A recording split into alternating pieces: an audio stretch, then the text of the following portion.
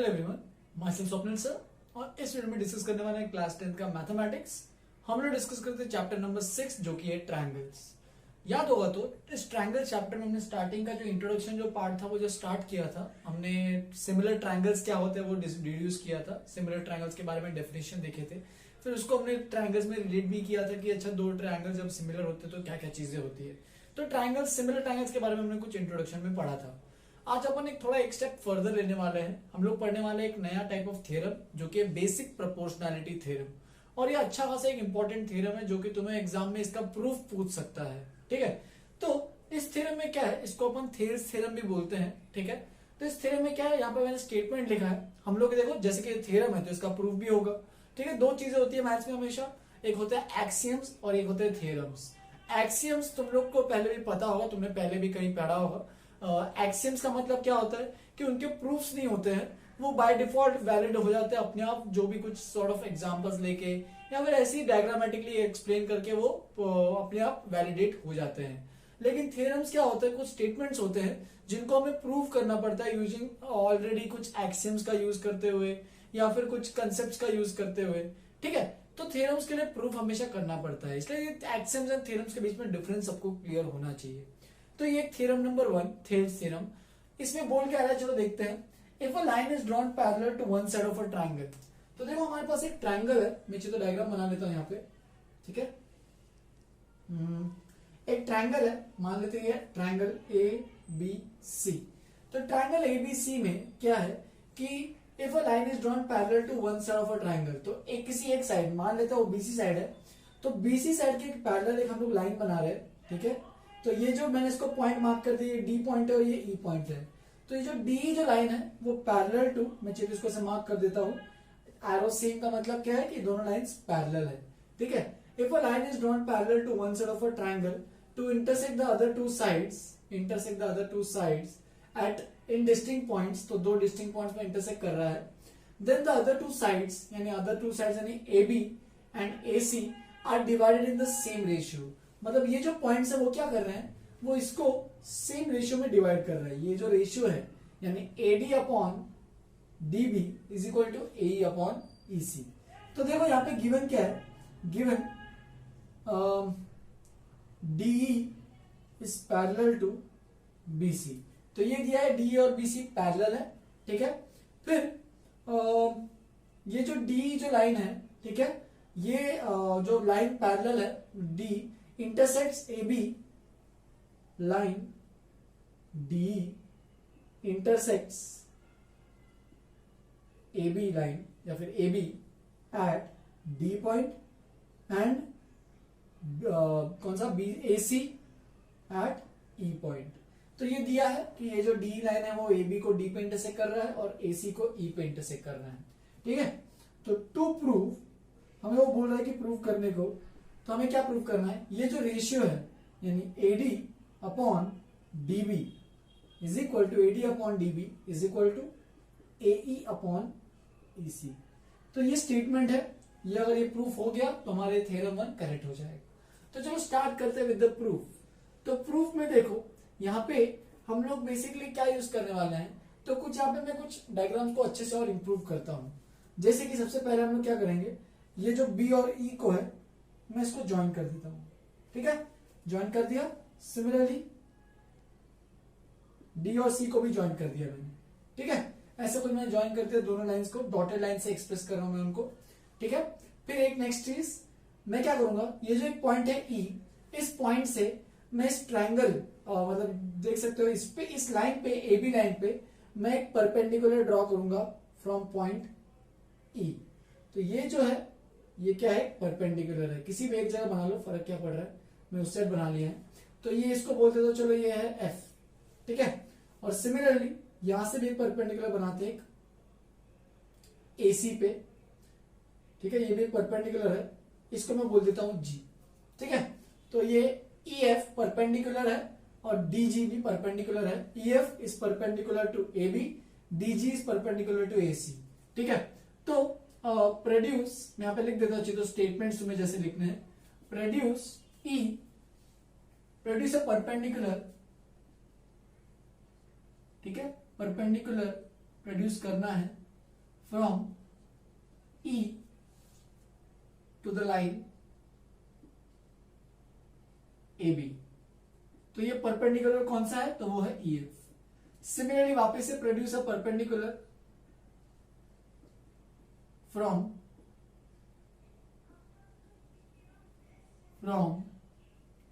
D to the line A C, and उसको बोलेंगे हम लोग डीजी। तो ये जो ई एफ एंड डीजी जो है वो परपेंडिकुलर है to A B and A C respectively. ठीक है, तो एक बार ये हो गया काम हमारा। अब तुम्हें क्या करना है, कुछ चीजें नोटिस करो इस ट्रायंगल, मतलब इस ट्रायंगल्स के अंदर। तो देख सकते हो यहाँ पे मैं दो ट्रायंगल्स देख रहा हूं। तो ट्रायंगल सबसे पहले लेते हैं ए डी ई। ठीक है, तो triangle A D E and triangle B D E. तो ये दोनों ट्रायंगल्स में चीजें नोटिस करो, triangle A D and triangle B D E. तो अगर मैं area of triangle A D E निकालता हूं तो मुझे क्या मिलेगा, हाफ इंटू, देखो इसका बेस क्या रहेगा, ए डी ई। तो ए डी के लिए तुम अभी देखो, तुम्हें प्रूफ क्या करना है, तुम्हें ए डी, डी बी, ए ई और ई सी, ये चार चीजें चाहिए। तो ए डी ई में बेस कौन सा लेते हैं, चलो ट्रायंगल ए डी दिख रहा है, इसमें बेस ए डी ले लेते हैं। ठीक है, उससे क्या होगा कि यहाँ पे एडी का इंट्रोडक्शन हो जाएगा, इस प्रूफ जो प्रूफ करना है हमें उसमें एडी का इंट्रोडक्शन हो जाएगा। तो एडी और देखो ये तो बेस हो गया और हाइट भी लेनी पड़ेगी। तो हाइट क्या लोगे, अगर ये बेस लोगे तो इसलिए यहाँ पे हाइट ई एफ लेना पड़ेगा क्योंकि वो परपेंडिकुलर है। ठीक है, याद है ना, अगर किसी भी ट्रायंगल में क्या होता है, ये बेस है और इसी के ऊपर जो हाइट होती है ये होता है half into base into height area. तो ये बेस, ये हाइट, तो हाइट क्या हो गया, ये, right. Similarly area of triangle BDE, इसको भी देख लेते एक बार। तो हाफ, अब यहां पे बेस कौन सा लेते हो, बीडीई में बेस कौन सा लेंगे, वापस से बीडीई बेस लेते हैं। ठीक है, बीडी, और हाइट क्या हो जाएगा, तो वापस से परपेंडिकुलर। अब देखो ये जो बीडी ट्रायंगल है वो थोड़ा सा ऑब्ट्यूस एंगल दिख रहा है, ऑब्ट्यूस एंगल ट्रायंगल। अब याद करो जब ऑब्ट्यूस एंगल ट्रायंगल होता है, सपोज ये मैंने बेस लिया है, तो तुम्हें हाइट कैसे निकालनी होती है, इस पॉइंट से इस पे परपेंडिकुलर।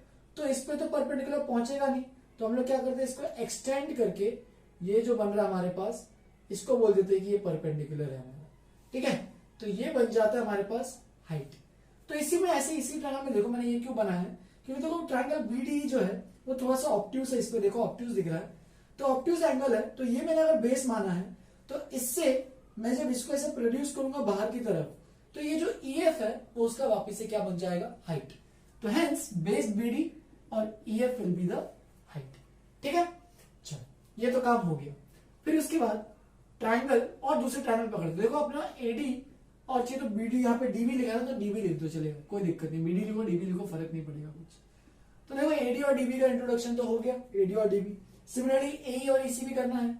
तो चलो ये वाला ट्रायंगल लेते हैं वापस से, जैसे कि हमने एडीई लिया, अब दूसरा सीडीई लेते हैं। ठीक है, एडीई एंड सीडीई। तो देखो area of triangle A D E is equal to, वापिस हो तो पता ही है। ठीक है, यहां पे एक काम कर सकते हो तुम, तीन ट्रायंगल ले लो, AD BD and triangle CDE. ठीक है, तो मैं सीधा बार बार निकालूंगा नहीं एडी, अब वापिस से डायरेक्टली सीडीई ही निकालूंगा। तो एरिया ऑफ ट्रायंगल सीडीई, ठीक है, इस ट्रायंगल को देखो एरिया, इसको एरिया निकालना है। ठीक है, तो ट्रायंगल सीडीई में तुम क्या लिख सकते हो, हाफ, बेस मुझे देखो ईसी चाहिए, तो ये बेस लेंगे ईसी, तो हाफ इंटू बेस है ईसी। अब देखो बेस अगर ईसी है, वापस से ये जो ट्रायंगल है ऑब्ट्यूस एंगल ट्रायंगल है, तो इसका हाइट क्या होगा, तो देखो मुझे ये बेस को एक्सटेंड करना पड़ेगा और ये जो डीजी होगा वो उसका क्या हो जाएगा, हाइट। तो ये हाइट है, देखो एक्सटेंड करके इसको बनाना पड़ेगा और डी से परपेंडिकुलर, तो डीजी बन जाएगा हाइट, ईसी बन जाएगा बेस। वही सेम वापस से ऑब्ट्यूस एंगल ट्रायंगल। ठीक है, और ये जैसे कि मैंने लिया है, अब देखो यहाँ पे ये तो ई एफ और यहाँ पे भी ई एफ आ गया, तो ये तो सेम हो गया, लेकिन यहाँ पे डीजी आ रहा है। और तो एरिया ऑफ ट्रायंगल एडीई को मैं एक और तरीके से एक्सप्लेन कर सकता हूं, वही है हाफ इंटू, क्या लिख सकते हो, देखो एरिया ऑफ ट्रायंगल एडी में अगर मैंने बेस लिया एई, ठीक है, बेस अगर मैंने लिया एई, जैसे कि याद है यहाँ पे तुम अगर बेस इंटू हाइट ये कर रहे हो, सपोज मैंने बेस ये लिया, तो तुम्हें हाइट यहाँ पे यहां से लेना पड़ेगा। तो अलग अलग तरीके से तो लिख सकते हैं, इसलिए मैं ट्रायंगल एडी में क्या कर रहा हूं, बेस को मैंने ले लिया एई और हाइट क्या हो जाएगा फिर, इससे मतलब ये ट्रायंगल एडी में अपोजिट वर्टेक्स से इस बेस पे परपेंडिकुलर, तो वो क्या बन जाएगा इनटू डीजी। तो एरिया ऑफ ट्रायंगल एडी को मैं ऐसे दो तरीके से एक्सप्रेस कर सकता हूं, ठीक है, हाफ इंटू एडी इंटू ए, हाफ इंटू ए इंटू जीजी, दोनों से चलेगा, ठीक है। चलो अब मुझे रेशियो प्रूफ करना है, ठीक है, तो रेशियो प्रूफ करना है, इसका मतलब मुझे इसका और इसका रेशियो लेना पड़ेगा, ठीक है। अब एक चीज और नोटिस करते हैं, ठीक है, यहां पे बीडी और सीडी ट्रायंगल का एरिया नोटिस करो, बीडी और सीडी। तो देखो एक प्रॉपर्टी तुमने पढ़ी होगी, याद होगा तो, अगर दो पैरेलल लाइंस हैं, ठीक है, और अगर कोई भी ट्रायंगल इसके बीच में बनाते हो, सपोज ये एक बेस मानते हुए, ठीक है, सपोज तुम यहां पे कुछ लेते हो, ये वाला ट्रायंगल, ठीक है, सपोज तुम यहां पे थर्ड पॉइंट लेते हो,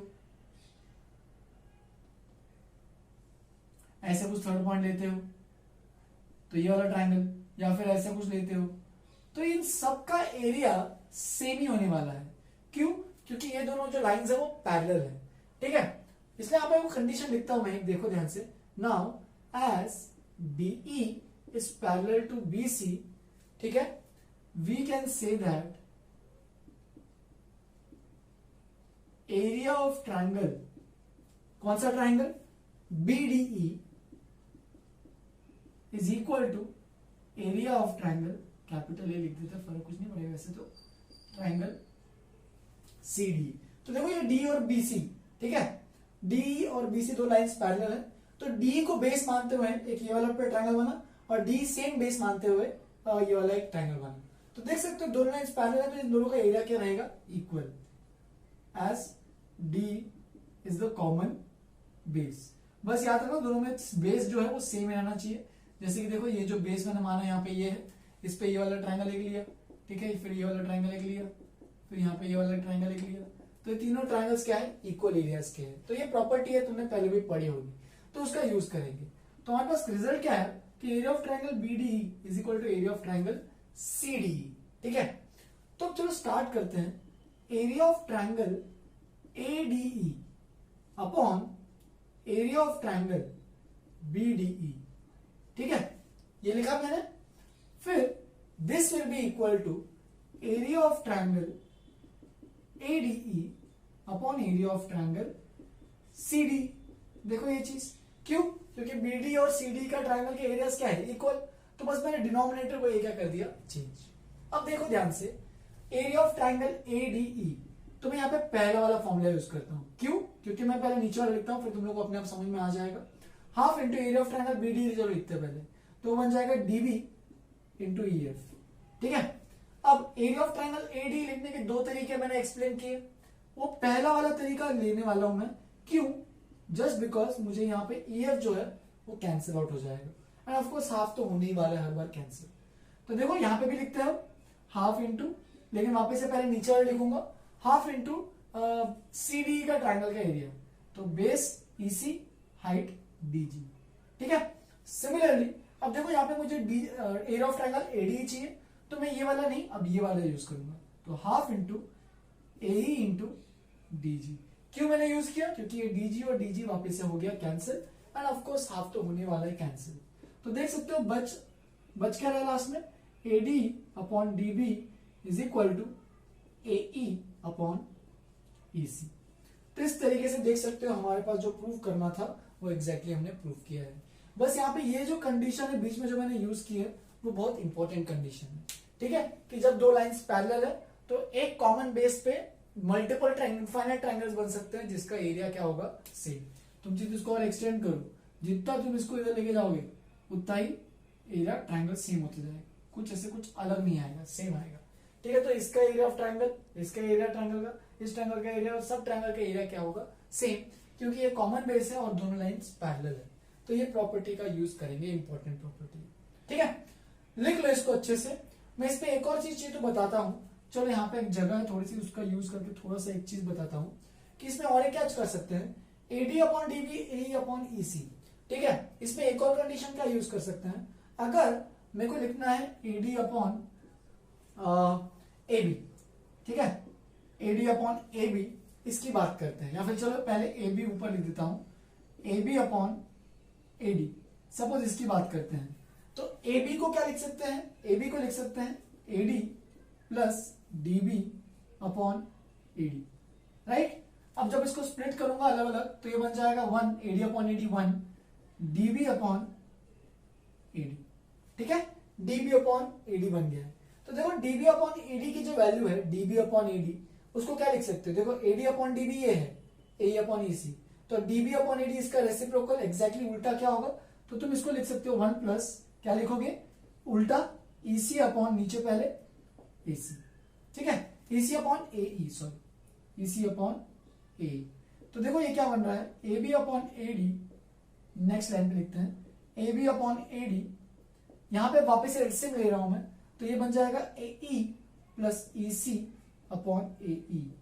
अब देखो ऊपर में जो न्यूमरेटर बना है ए ई प्लस ई सी, तो ए ई प्लस ई सी क्या हो जाएगा पूरा ए सी बन जाएगा, तो ये बन जाएगा A B upon A D is equal to A C upon A ई।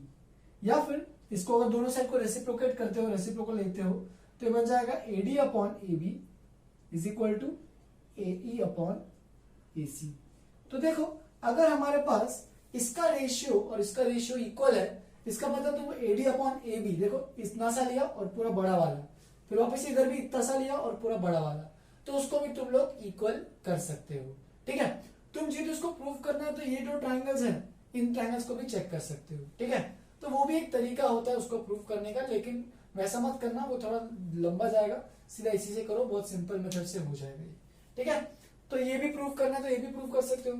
अगर तुम्हें ये एक और चीज प्रूव करनी है ये भी कर सकते हो कि DB upon A B is equal to DB upon A B is equal to यहाँ पे ईसी अपॉन एसी। तो ये भी प्रूफ चलेगा, ये भी प्रूफ चलेगा, मतलब ये बेसिकली एक्स्ट्रा कंडीशंस है इस पे। तुम्हें ऑफ कोर्स इतना तो यहाँ नहीं चाहिए, ये एक्स्ट्रा बस है कि अगर दोनों इन दोनों का रेशियो अगर सेम है तो तुम AD upon A B A upon A C का इक्वल भी रेशियो भी इक्वल बोल सकते हो, या फिर डीबी अपॉन ए बी और ईसी अपॉन ए सी इनका भी रेशियो इक्वल बोल सकते हो। बस ये जो दोनों कंडीशंस है वो इसी से ऑब्टेन होने वाली है, ठीक है। लिख लो इसको, ये सबसे पहला थ्योरम है आज का, थियर्स थ्योरम, ठीक है। अब इसका जो अगला जो थ्योरम है, एक और थ्योरम बताऊंगा, वो इसी का कॉन्वर्स है। यूजुअली हम लोग जब भी थ्योरम्स के बारे में पढ़ते हैं तो यूजुअली उनके कॉन्वर्स भी एग्जिस्ट करते हैं, यूजुअली हर बार नहीं, ठीक है। तो इसका भी वापस एक थियर्स थ्योरम का भी कॉन्वर्स भी एग्जिस्ट करता है। जैसे कि कॉन्वर्स में क्या होगा, आप सोचो, ये इफ देन ऐसा है तो उल्टा हो जाएगा, इफ अ ट्रायंगल ऐसा कुछ हो जाएगा कि if the ratio of the sides of the triangle, ये जो रेशियो है अगर ये इक्वल है, मतलब ये कंडीशन गिवन रहेगी, देन हम वो बोलेगा वो देन जो दो लाइंस है वो क्या बोलेगा, वो पैरेलल है। तो इसी का एग्जैक्टली उल्टा थ्योरम है, तो उसको भी प्रूव करेंगे, पहले इतना लिखो। चलो आगे बढ़ते हैं और थ्योरम नंबर 2 देखते हैं। थ्योरम नंबर 2 एग्जैक्टली कॉन्वर्स है बीपीटी का, बेसिक प्रोपोर्शनलिटी थ्योरम का, जो एग्जैक्टली उसका कॉन्वर्स है, ठीक है। जैसे कि मैंने थोड़ी देर पहले बताया था, उसको मैं स्टेटमेंट में यहाँ पे लिखा है, उसको पढ़ लेते हैं। If a line divides any two sides of a triangle in the same ratio, तो अगर कोई लाइन है, जैसे कि कोई डायग्राम बना लेते हैं यहाँ पे साइड में, तो मान लेते हैं ऐसा कुछ ट्रायंगल है, ठीक है। और अगर कोई लाइन है, ऐसे कोई लाइन है जो कि दो साइड ऑफ ट्रायंगल को डिवाइड कर रहा है, ट्रायंगल को एबीसी मान लेते हैं, ठीक है। तो ये लाइन है, ये line L divides triangle AB divides any two sides of a triangle in the same ratio. तो ये पॉइंट मैं डी मान लेता हूं और ये पॉइंट मैं ई मान लेता हूं, ठीक है। तो डिवाइड कर रहा है, तो इसका मतलब गिवन दिया है, given AD upon DB is equal to AE upon EC.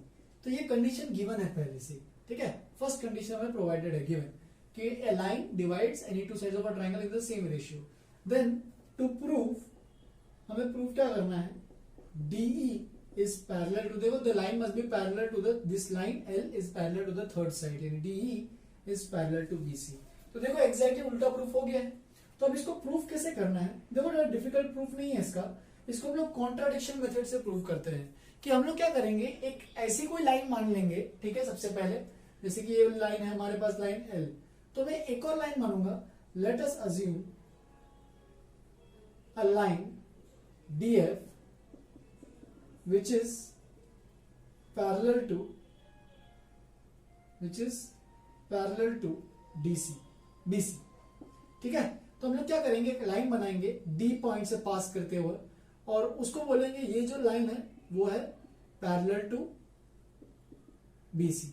ठीक है, ये जो लाइन है, मैंने यहाँ पे DF पॉइंट है, ये F पॉइंट AC पे है, तो ये जो लाइन DF है वो पैरेलल टू BC है, that is DF is parallel to BC। तो अगर जैसी पैरेलल टू BC मैंने बोला तो हमारे पास एक कंडीशन तो आ जाएगी, देन यूजिंग BPT यानी बेसिक प्रोपोर्शनलिटी थ्योरम या फिर theorems theorem, we can say that, अभी देखो DF जो है वो पैरेलल टू BC है। ठीक है, हमने एक लाइन मान ली DF जो कि पैरेलल टू है BC। तो अगर DF पैरेलल टू BC है, इसका मतलब क्या लिख सकते हो कि यूजिंग जो थ्योरम 1 था, तो ये जो साइड्स है यानी AD अपॉन DB, इसका जो रेशियो रहेगा ये सेम हो जाएगा, और इधर कौन सा आएगा AF अपॉन FC। तो इस तरीके से सेम हो जाएगा हमारे पास, राइट। अब आगे बढ़ते हैं, तो ये कंडीशन देखो और यहाँ पे ये कंडीशन देखो, ये गिवन है हमारे पास AD एंड DB। ठीक है, हम लोग ऐसा सोचेंगे यहाँ पे एक मतलब इसमें अजम्पशन यही लिया है, assuming that D is not parallel to BC। ठीक है, हम लोग ये स्टार्टिंग में अज्यूम करके चल रहे हैं कि D is not parallel to BC, but हमने एक अज्यूम किया एक लाइन DF जो है वो पैरेलल टू BC है। ठीक है, तो हम लोग इसको कॉन्ट्रडिक्शन से प्रूव करेंगे कि हम लोग बोल रहे हैं कि चलो D जो है वो BC के मान लेते हैं पैरेलल नहीं है, तो कोई और लाइन है DF वो पैरेलल टू BC है, तो इसको देखो अभी कॉन्ट्रडिक्ट कैसे करते हैं। तो देखो ये हमने एक कंडीशन प्रूव कर दिया है, तो ये कंडीशन चाहिए तो फर्स्ट बोल दो, ये कंडीशन सेकंड बोल दो, तो यूजिंग 1 and 2 वी गेट, अब देखो AD by DB की वैल्यू जो है वो किसके बराबर है, AE by EC के बराबर है, एंड इधर भी AF by FC के बराबर है, राइट। अब देखते हैं चलो यहाँ पे एक चीज कि AD by DB इसके बराबर भी और इसके बराबर भी है, इसका मतलब ये दोनों इक्वल हो गए। अब मैं क्या करूंगा, दोनों साइड में 1 ऐड करूंगा, एडिंग 1 टू बोथ साइड्स। तो देखो मुझे यहाँ पे कंडीशन क्या मिलेगी, यहाँ पे मुझे मिलेगा AE upon EC plus 1 is equal to AF upon FC plus 1। तो देखो क्या मिलेगा, ये मिलेगा AE plus EC upon EC is equal to AF plus FC upon FC। तो AE प्लस EC, तो ये बन जाएगा क्या, ये बन जाएगा AC अपॉन EC, और AF प्लस FC ये क्या बन जाएगा वापस से AC और नीचे में FC। AC और AC कैंसिल हो जाएंगे दोनों साइड से, और कंडीशन आएगा हमारे पास EC is equal to FC, यानी ये जो EC जो लेंथ है वो FC के बराबर है। इसका मतलब ये प्रूफ क्या कर रहा है, तो ये प्रूफ कर रहा है which means the points E and F, ये दोनों जो पॉइंट्स है वो क्या हो रहा है, कोइंसाइड हो रहे हैं एक दूसरे पे। ठीक है, और अगर E और F अगर कोइंसाइड हो रहा है, हमने क्या माना था कि DF जो लाइन है वो पैरेलल टू BC है, और अगर E और F कोइंसाइड कर रहा है, इसका मतलब the line D is the same as line DF, और अगर लाइन D और लाइन DF दोनों सेम है, ठीक है, तो इसका मतलब हमने यहाँ पे जो कंडीशन लिखा था कि अज्यूम है line DF parallel to BC, तो वो जो DF पैरेलल टू BC इसका मतलब D और DF सेम है, hence we can say that DE is parallel to BC, क्योंकि DF और DE दोनों सेम है और DF जो है वो पैरेलल टू BC है, हेंस DE भी क्या रहेगा, पैरेलल टू BC। तो देख सकते हो हमने पहले अज्यूम किया कि DE पैरेलल टू BC आ रहा है या नहीं आ रहा है, और सॉल्व किया तो देखा तो E और F दोनों पॉइंट्स कोइंसाइड कर रहे हैं, तो इसका मतलब हमने जो कंजम्पशन लिया था वो गलत था कि जो D है वो पैरेलल टू BC है। ऐसा नहीं है कि वो पैरेलल नहीं है, वो पैरेलल है, हेंस हमने इसको अज्यूम करके इसको सही मतलब उसको कॉन्ट्राडिक्ट किया और बोला कि नहीं D ही पैरेलल टू BC है। तो ये टाइप के प्रूफ भी आने चाहिए सबको, इसको कॉन्ट्राडिक्शन प्रूफ कहते हैं कि कोई चीज हमने अज्यूम करके उसको गलत प्रूफ किया ताकि हमारा जो गिवन स्टेटमेंट है वो प्रूव हो सके। ठीक है, तो ये है थ्योरम 2, इसका प्रूफ दोनों थ्योरम के प्रूफ तुम लोग अच्छे से आने चाहिए, थ्योरम 1 एंड थ्योरम 2, कोई डिफिकल्टी नहीं रहनी चाहिए। तो अब इस पे बहुत सारे अपन एग्जांपल्स करने वाले हैं। ठीक है, तो स्टार्ट करते हैं एग्जांपल नंबर 1, मैंने यहाँ पे लिखा है। तो अलग अलग टाइप के एग्जांपल्स पूछ सकता है, जैसे कि यहाँ पे एक एग्जांपल दिया है, तो देखो एग्जांपल 1, इन ट्राइंगल ABC, तो ट्राइंगल हमारे पास है ABC, चलो मान लेते हैं ऐसा कुछ triangle ABC, P points P and Q are on CA and CB, तो CA पे पॉइंट P है और CB पे पॉइंट Q है। ठीक है, CB पे सॉरी, तो CB पे पॉइंट Q है। चलो देखो, तो CA पे पॉइंट P है, CB पे पॉइंट Q है, देख लिया मैंने बना लिया अच्छे से। अब CA का जो डिस्टेंस है, यानी ये डिस्टेंस दिया हमारे पास 16 सेंटीमीटर, सीपी का डिस्टेंस दिया हमारे पास 10 सेंटीमीटर, सिमिलरली सीबी का डिस्टेंस दिया हमारे पास 30 सेंटीमीटर, ठीक है, एंड सीक्यू का डिस्टेंस दिया हमारे पास 25 सेंटीमीटर। तो ये 4 डिस्टेंस हमें प्रोवाइडेड है और वो बोल रहा है इस पी क्यू, तो चलो पी क्यू को ज्वाइन कर लेते हैं। P Q parallel to A B है या नहीं है, ये हमें प्रूव करना है। तो वापस से बेसिक प्रोपोर्शनलिटी थ्योरम से प्रूव करना पड़ेगा कि देखो इस ट्रायंगल में, देखो ट्रायंगल बस ऐसे जो था वो भी ऐसे हो गया कि यहाँ पे P Q and A B, ये तुम्हें प्रूव करना है। अभी एरो नहीं बनाना चाहिए मुझे, ये मुझे प्रूव करना है, ठीक है, कि है या नहीं है बताना है। तो देखो यहाँ पे सीपी दिया है, तो मैं एक काम करता हूँ, पीए निकाल लेता हूँ। पीए की वैल्यू क्या रहेगी, तो पीए हो जाएगा सीए माइनस सीपी। सीए कितना है 16 minus 10 which is 6 centimetre. Similarly B Q भी निकाल लेते हैं, तो बी क्यू हो जाएगा सीबी माइनस सी क्यू, तो सीबी है 30, सी क्यू है 5, तो ये बन जाएगा 5 सेंटीमीटर। तो अब देखो रेशियोज निकालते हैं, किसके रेशियोज, तो सीपी अपॉन पीए, इसका रेशियो निकालते हैं, सीपी अपॉन पीए। तो सीपी कितना है, तो सीपी हमारे पास है 10 सेंटीमीटर और पीए हमारे पास है, हमने निकाला 6 सेंटीमीटर, तो 2 5 2 3 तो सीपी बाय पीए का रेशियो आ रहा है 5/3। सिमिलरली सीक्यू बाय क्यूबी का भी रेशियो देखते हैं, सीक्यू बाय क्यूबी, तो सीक्यू कितना है 25, क्यूबी कितना है, या फिर बी क्यू लिखते हैं, चलो इसको, चलो क्यूबी लिख देते, फर्क क्या पड़ रहा है। तो क्यूबी का वैल्यू है हमारे पास कितना 5 सेंटीमीटर। तो देख सकते हो सीपी यहाँ पे हमने लिखा, यहाँ पे 5 सेंटीमीटर, तो 25/5 बन जाएगा 5:1 यानी 5। तो देखो सीपी अपॉन पीए, इसका जो रेशियो है वो सीक्यू अपॉन क्यूबी के बराबर नहीं है। तो जैसे ये बराबर अगर नहीं है, इसका मतलब using theorem 2, contradiction of theorem 2 हो रहा है कि अगर ये कंडीशन अगर इसके बराबर है तो ही तो ये पैरेलल रहेगा।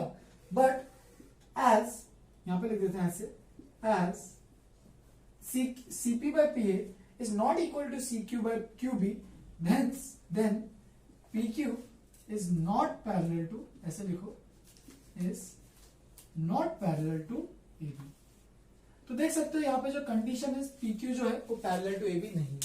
अगर दोनों की रेशियो सेम होता है, यानी ये भी 5 आता और ये भी 5 आता तो हो जाता, या फिर ये भी दोनों, ये भी 5/3 और ये भी 5/3 आता तो हो जाता, ठीक है।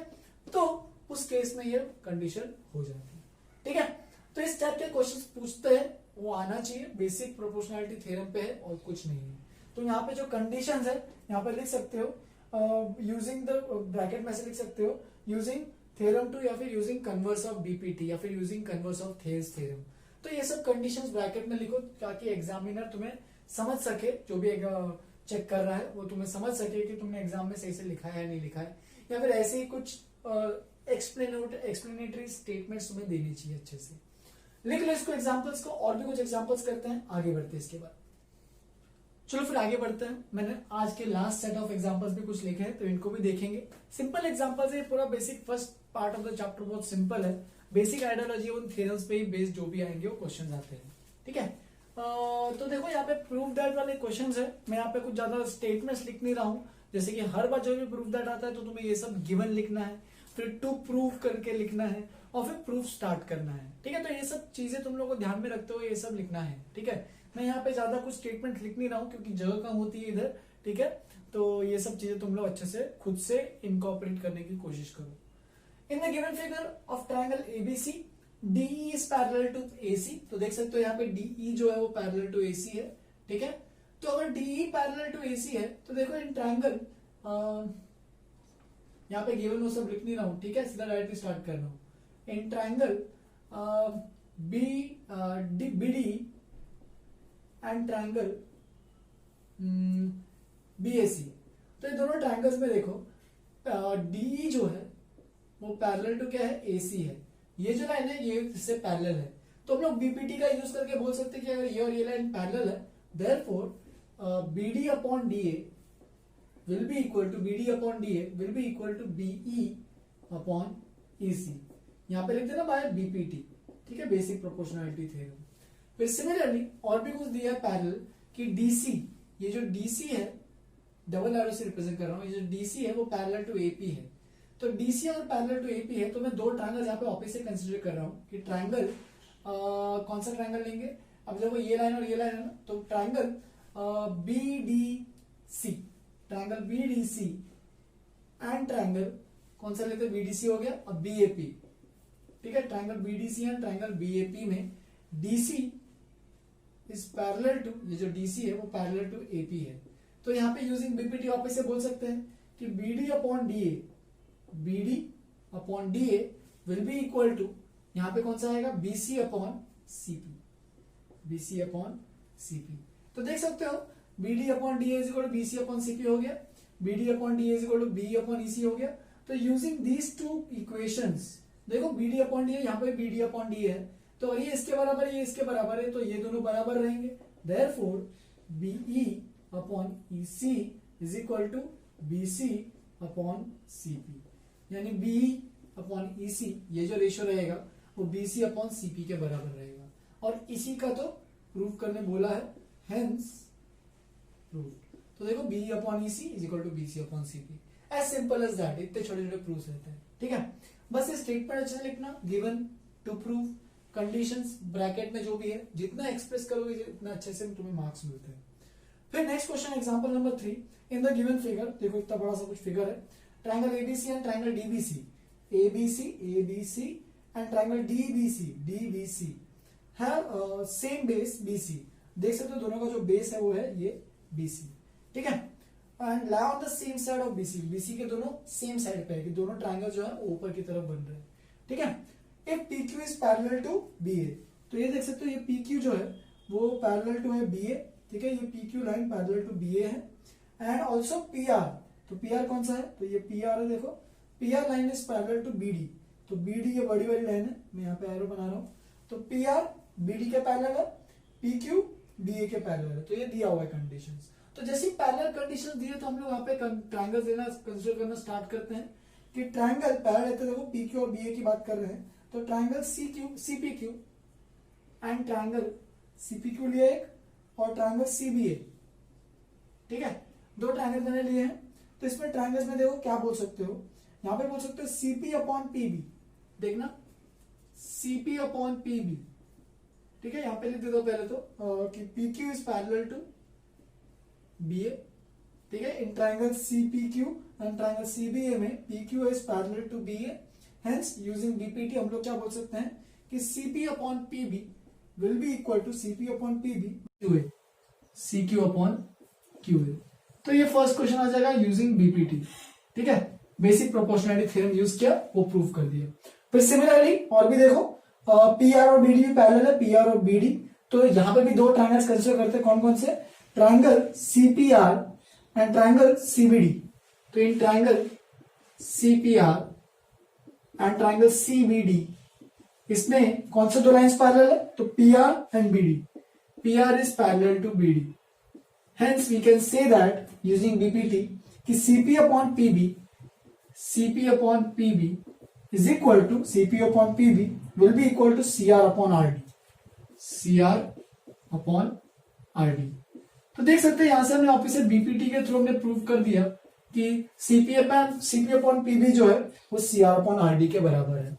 अब देखो यूजिंग वो इक्वेशन 1 and 2 वापिस से, therefore we can say that CQ upon QA, देखो CQ upon QA is equal to CR upon RD, देखो CQ upon QA is equal to CR upon RD, ये देखो ये और ये, ठीक है। चलिए तो दूसरे कलर से बनाता हूं ताकि तुम लोग को जो समझ जाए कि कौन कौन से लाइन सेगमेंट्स की बात कर रहे हैं। ये तो देख सकते हो ये मैंने जो ग्रीन से मार्क किया उनका रेशियोज इक्वल हो गए हैं। देयरफॉर अब देखो दोनों में ट्रायंगल्स बन रहे हैं कि ये ट्रायंगल CQR को देखो, ठीक है, एंड ट्रायंगल CAD देखो, तो हम लोग यूजिंग कन्वर्स ऑफ BPT यानी थ्योरम 2, ठीक है। तो इन ट्रायंगल कौन कौन सा ले रहे हैं हम लोग, CQR, in triangle CQR and triangle CQR हो गया CAD, ठीक है, इन दोनों ट्रायंगल्स में देखो इसके बाद, तो इन ट्रायंगल्स में इन दोनों का रेशियोज इक्वल है। Therefore in triangle this and this by converse of BPT यानी अगर हमारे पास इसका जो रेशियो है CQ upon Q and CR upon RD, अगर इसका रेशियो सेम है, इसका मतलब हमें बोल सकते हैं जो अपोजिट जो साइड है यानी QR एंड AD, ये दोनों साइड्स क्या रहेंगे, QR is parallel to AD, hence जो हमें प्रूव करना था वो प्रूव हो गया है। तो इस तरीके से सब प्रूव करना तुम्हें आना चाहिए अच्छे से, ठीक है। बस ट्रायंगल देखने की कोशिश करो, ट्रायंगल में हर बार यही दिखेगा तुम्हें, ठीक है, कि ये और ये लाइन पैरेलल होनी चाहिए और ये रेशियो इक्वल होना चाहिए, ठीक है, दिस अपॉन दिस इक्वल होना चाहिए। तो ये सब चीजें बस ट्रायंगल्स को एनालाइज जितना करोगे, उतना प्रैक्टिस करोगे, उतना अच्छे से समझ में आएगा। चलो आज का लास्ट एग्जांपल देखते हैं। ऐसे टाइप के क्वेश्चन भी पूछता है जिसके अंदर अलग अलग चीजें दी है। In a triangle ABC D and E are points on the sides AB and AC such that D is parallel to BC, ये दिया है पैरेलल। फिर उसके बाद एडी का लेंथ दिया है 4x - 3, ठीक है। एई का लेंथ दिया है, एई क्या है, ये वाला है 8x - 7। फिर उसके बाद बीडी का लेंथ दिया है 3x - 1 और सीई का लेंथ दिया है 5x - 3। तो तुम्हें सॉल्व करना क्या है, find the value of x निकालना है, ठीक है। तो देखो यूजिंग बीपीटी, क्यों बीपीटी, क्योंकि ट्राइंगल्स में दो लाइंस पैरेलल है, ठीक है। तो इसका मतलब we can say that AD upon DB is equal to AE upon EC. देख सकते हो हम लोग एक ही थ्योरम बार बार यूज करते जा रहे हैं, क्योंकि हर बार उस पर से वो जो गिवन कंडीशन है कि दो लाइंस पैरेलल है वो सेटिस्फाई हो रहा है।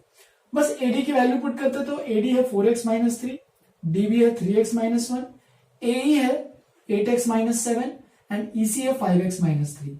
तो बस अभी x की वैल्यू फाइंड आउट करनी तो क्रॉस मल्टीप्लाई करेंगे। इसलिए मैंने कहा था कि जो क्वाड्रेटिक इक्वेशन में स्टार्ट किया था, मैंने कहा था कि वो जो मेथड है वो हर जगह हर चैप्टर में आते ही जाने वाला है। देखो ट्रायंगल्स में भी आ ही गया फाइनली कि क्वाड्रेटिक बनने वाला भी है। इसको ओपन करते हैं तो 5 × 4 20x² -15x -12x +9, यहाँ पे 24x² -21x -8x +7 ओपन कर देते हैं ऐसी 20x² -27x +9 लाइक टर्म्स को ऐड कर दिया 24x² -29x +7 सबको उधर भेजते हैं, ठीक है। ये सब टर्म्स को उधर भेज रहा हूं तो 24 - 20 तो 4x² लिख रहा हूं, मैं यहां पे लिख रहा हूं, सबको उधर भेज के मैं इस साइड लिख रहा हूं सब। तो 24 - 20 4x² बना, -29 + 27 तो ये बन जाएगा -2x और फाइनली 7 - 9 तो 7 - 9 कितना बन जाएगा, तो बन जाएगा -2। तो इस तरीके से देख सकते हो 2 कॉमन आ रहा है, 2 कॉमन लेके राइट हैंड साइड में भेज देना, ट्रांसपोज कर देना तो बचेगा 2x² - x - 1 is equal to 0/2 which is equal to 0। तो ये क्वाड्रेटिक बन गया है। अब इस क्वाड्रेटिक का तुम्हारे पास तरीके तो बहुत सारे सॉल्व करने के, x की वैल्यू निकालने के लिए सीधाचार्य फॉर्मूला लगाओ या फिर स्प्लिटिंग द मिडिल टर्म करो, चॉइस तुम्हारी है, ठीक है। चलो हम लोग सीधाचार्य फॉर्मूला लगाते हैं। याद दिलाता हूं सीधाचार्य फॉर्मूला क्या था, तो -b + -√d/2 है। यहाँ पे d जो है वो डिस्क्रिमिनेंट क्या है, b² - 4ac, तो d निकालते हैं तो b तो -1 है तो -1 का होल स्क्वायर -4a2 है और c है -1। तो देखो कितना बन रहा है 1 + 8 विच इज इक्वल टू 9। तो d पॉजिटिव है मतलब 2 रूट्स आएंगे यहाँ पे, तो चलो पुट करते हैं -b तो -1 + -√9, ठीक है। बहुत लोग एग्जाम में ये गलतियां कर रहे थे कि √d को ये लिख रहे थे, √d नहीं है, डिस्क्रिमिनेंट की वैल्यू b² - ac है, हम लोग √d निकालते हैं, ठीक है। तो root over b² - 4ac d नहीं है, d रूट के अंदर की वैल्यू है ये, तो इससे कंफ्यूजन नहीं होना चाहिए किसी को, ठीक है। √9 2a, a तो 2 है तो कितना बन रहा है देखो -1 + -3/4। तो दो वैल्यूज आ रहे हैं, दोनों वैल्यूज आएंगे, चेक करेंगे दोनों को। तो पहला प्लस से ओपन करते तो -1 + 3 तो 3 - 1 2/4 तो एक आएगा x = ½ और दूसरा क्या है देखते हैं, तो माइनस पुट करो -1 -3 -4 -4/4 -1। तो देखो एक वैल्यू -1 आ रही है, एक वैल्यू ½ आ रही है, काम खत्म नहीं हुआ है। यहाँ पे तुम लोग सीधा दोनों आंसर्स वैलिड है कि नहीं देखना तो पड़ेगा ना।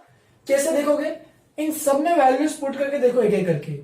x की जगह चाहिए तो पहले -1 पुट करो, तो -1 पुट करोगे तो बन जाएगा -4 - 3 विच इज -7 और -7 किसी का लेंथ हो सकता है क्या, एडी का लेंथ नेगेटिव हो सकता है क्या, पॉसिबल ही नहीं है।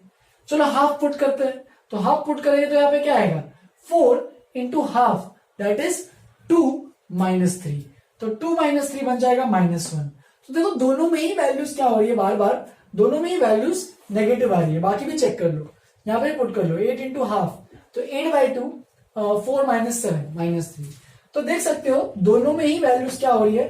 अच्छा यहाँ पे गड़बड़ हुआ था, मैंने यहाँ पे माइनस माइनस हो गया प्लस, उसको प्लस लेना था, मैंने यहाँ पे माइनस ले लिया है।